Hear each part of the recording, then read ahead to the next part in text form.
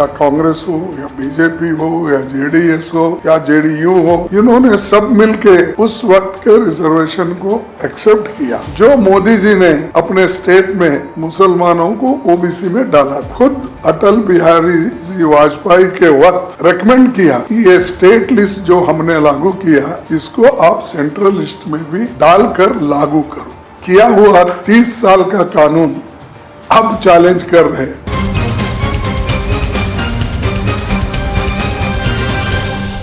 देखिए, एक तो नड्डा साहब और रिजू जी सदन को गलत बताए, झूठ बोले, इसीलिए उनके ऊपर एक्शन लेने के लिए हमारी पार्टी तैयारी कर रही है।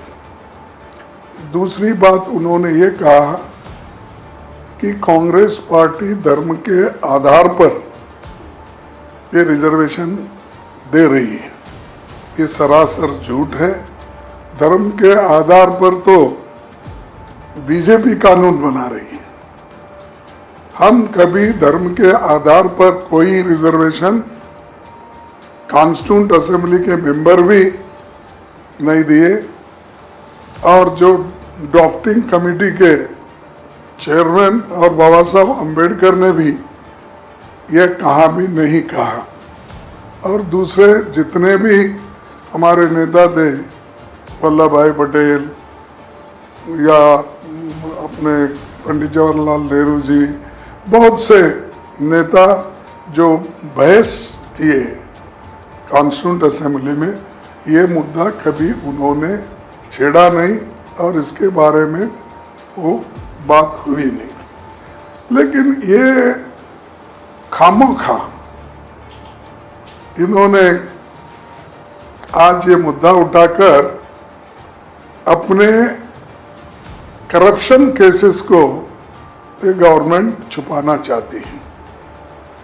ये जो जुडिशरी में बहुत बड़ा करप्शन हुआ, और इससे पहले भी जो सरकार में बहुत से करप्शन हो गए, ये मुद्दे अपोजिशन पार्टी उठाना नहीं, इसीलिए उन्होंने ये आधार समझ के उन्होंने कि मुसलमानों को रिजर्वेशन दे रहे, फलाना दे रहे। ये हमारे कांग्रेस पार्टी में या इससे पहले चाहे कोई भी पार्टी हो कर्नाटक में, या कांग्रेस हो या बीजेपी हो या जेडीएस हो या जेडीयू हो, इन्होंने सब मिलके उस वक्त के रिजर्वेशन को एक्सेप्ट किया जो रिजर्वेशन 94 में शुरू हुआ, तब से लेकर अब तक वो रिजर्वेशन है।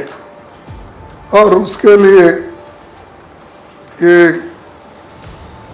एस.एम. कृष्णा के ज़माने में भी था, मोइली के ज़माने में था, फिर उससे पहले देवेगौड़ा के ज़माने में भी था, फिर उसी साथ जो जे.एच. पटेल थे, और उसके बाद में फिर जितने भी अपने बीजेपी के भी नेता लोग जो थे, येडियुरप्पा था और शेट्टार था और सदानंद गौड़ा थे, ये सब ने वैसा ही कंटिन्यू करे। और कुमार स्वामी के ज़माने में भी कंटिन्यू रहा, धर्म सिंह जी के ज़माने में भी कंटिन्यू रहा, और अब तक वो कंटिन्यू है। लेकिन उनको क्या दर्द है, तो एक दर्द है उनको, जो कर्नाटक में गारंटी सक्सेसफुल हो रहे हैं। हमारी 5 गारंटियां जो है जनता तक पहुंच रही है और जनता तक जा रही है, इसीलिए वो बड़े दुखी है कि ये कांग्रेस की पॉपुलैरिटी इस ढंग से बढ़ रही है। और चौथा ये है कि मुसलमानों को पहले भी कोई अलग नहीं दिया रिजर्वेशन, आज भी कोई अलग नहीं दिया। जो मोदी जी ने अपने वक्त अपने स्टेट में उन्होंने मुसलमानों को ओबीसी में डाला था, और जो ओबीसी को जो भी सहूलतें मिलना चाहिए, वो वहाँ के चंद मुसलमानों को भी मिल रहा है। और यही महाशय थे जिन्होंने, मोदी जी ने खुद अटल बिहारी जी वाजपेयी के वक्त रेकमेंड किया कि ये स्टेट लिस्ट जो हमने लागू किया इसको आप सेंट्रल लिस्ट में भी डालकर लागू करो। तो ये सब उन्होंने भी किया, लेकिन हमने तो ये बैकवर्ड क्लास के कैटेगरी में डाल के, जैसा कि हमारे पास क्या है, ए बी है, B2 है, 3 है, 3A है, 3B, ऐसा 5 कैटेगरीज करके हमने सबको न्याय दिलाने की कोशिश की है। अब उनको मुद्दा एक उनके करप्शन केस छुपाने के लिए, दूसरा इस जो सही कानून से किया हुआ 30 साल का कानून अब चैलेंज कर रहे हैं, तो इससे यही जाहिर होता है कि वो फ्रस्ट्रेट हो गए और वो लोग ये इसको करना नहीं चाहते।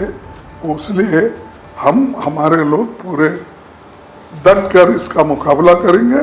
हमने संविधान कांग्रेस ने रचाया है, कांग्रेस इसको हिफाजत करेंगे, लड़ते रहेंगे। कोई भी अगर इस संविधान के खिलाफ अगर कोई कहता है तो कांग्रेस चुप बैठने वाली नहीं है।